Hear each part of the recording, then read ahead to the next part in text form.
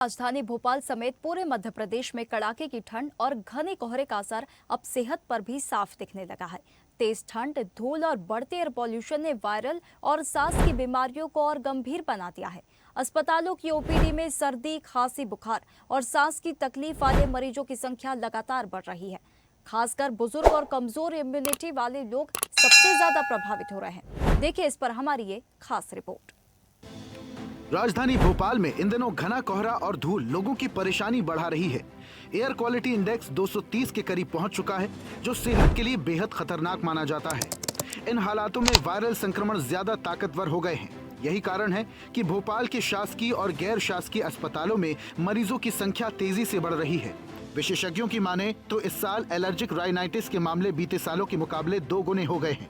अस्पतालों की ओपीडी में सर्दी, खांसी, जुकाम, बुखार के साथ सांस फूलने और सीने में जकड़न की शिकायत लेकर मरीज पहुंच रहे हैं। सबसे ज्यादा संख्या 50 से 60 साल से ज्यादा उम्र के मरीजों की है। सर्दी जुकाम वाले मरीज ये ज़्यादा आ रहे हैं और इसकी ड्यूरेशन ज़्यादा है, अवधि बढ़ गई है। नॉर्मली जो बीमारी 4 से 5 दिन में ठीक हो जा रही थी, अब वो ठीक होने में 7 से 14 दिन लग रहे हैं। शीतलहर के चलते हुए तो थोड़ा परहेज़ रखने की ज़रूरत है। मास्क का यूज़ करिए, भपारे लीजिए।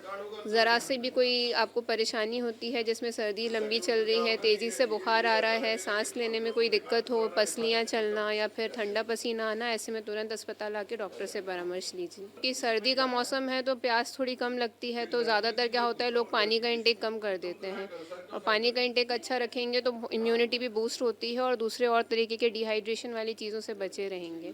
तो वहीं लगातार बढ़ रही ठंड के कारण छोटे बच्चों की तबीयत पर खासा असर पड़ा है। अस्पतालों में नवजात से लेकर 5 साल के बच्चों में सर्दी, बुखार के अलावा कई बच्चों को निमोनिया होने का खतरा भी बढ़ गया है।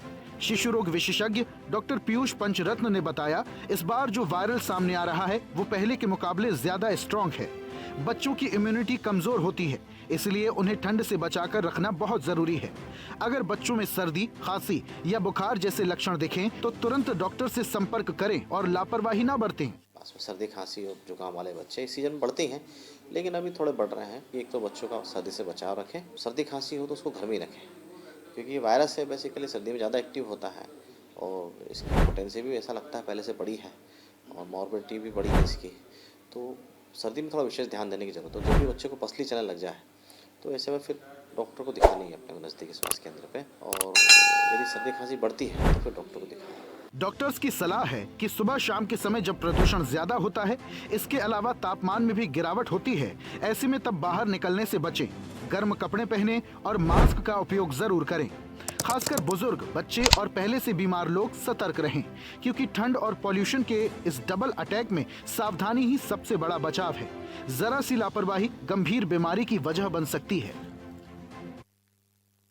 ताज़ा खबरों के लिए लाइक, फॉलो और यूट्यूब पर सब्सक्राइब कर बेल आइकन दबाएं। साथ ही हर अपडेट के लिए विजिट करें swedeshlive.com।